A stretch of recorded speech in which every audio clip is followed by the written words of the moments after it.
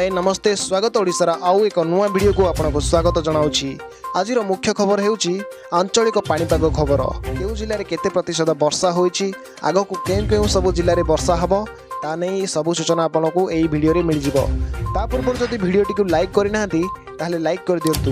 आम चैनल रे जदि आपण नुआ अछंती चैनल को सब्सक्राइब कर दियंतु। पाखर थिबा बेल आइकन को दबाई ऑल नोटिफिकेशन को ऑन कर रखंतु, जहाँ फल रे पाणीपाग रिलेटेड समस्त प्रकार वीडियो आम चैनल रे आपण प्रथमे पाई परिबे। ताहले लेट न करी चलंतु फटाफट देखि नवा एही वीडियो।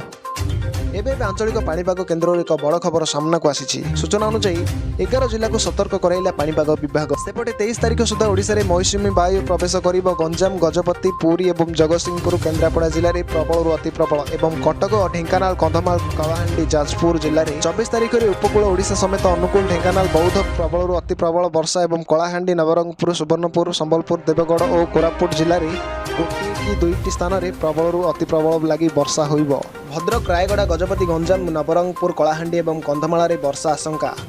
सतर्क रहिबाकु पाणीपाग केन्द्र पक्षरु परामर्श दिया जाइछि। सेपटे 23 तारिख सुधा वर्षा ओडिशा मौसुमी वायु प्रवेश करिबा। गंजाम, गजपति, पुरी, जगतसिंहपुर, केन्द्रापड़ा जिले में प्रबल अति प्रबल वर्षा होइबो। सेहीपरि मालकानगिरी, कोरापुट, गजपति जिला को मौसुमी वायु छुईछि। आगामी 2 दिन मध्य सारा राज्य को यही मौसुमी छुईबो। सेहीपरि दक्षिण पश्चिम मौसुमी वायु ओडिशा को छुईछि। मालकानगिरी, कोरापुट, गजपति जिला को मौसुमी वायु छुईछि। आगामी 2 दिन मध्य सारा राज्य को यही मौसुमी वायु अग्रसर हेबो बोली पाणीपाग विभाग सूचना करिछि। मौसुमी प्रभाव में राज्यर विभिन्न स्थान में वर्षा हेउछि। सूचना अनुसार आज राज्य में मौसुमी वायु छुईब। पूर्व अनेक स्थान में प्रबल अति प्रबल वर्षा होइछि। एहासह किछि जिले में मौसुमी वायु प्रवाह देखिबाकु मिलिछि। कटक और भुवनेश्वर विभिन्न स्थान में वर्षा देखिबाकु मिलिछि। राजधानी ओल्ड टाउन, एयरपोर्ट, खंडगिरी अंचल में वर्षा हेउथिला।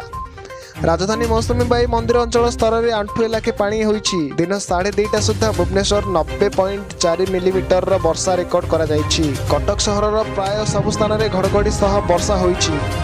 एथिसह पुरी में मध्य वर्षा जारी रहिछि। किछि घंटा धरी प्रबल वर्षा लागि रहिथिला बेले विभिन्न स्थान में वर्षा को आकलन करि हेउ नाही।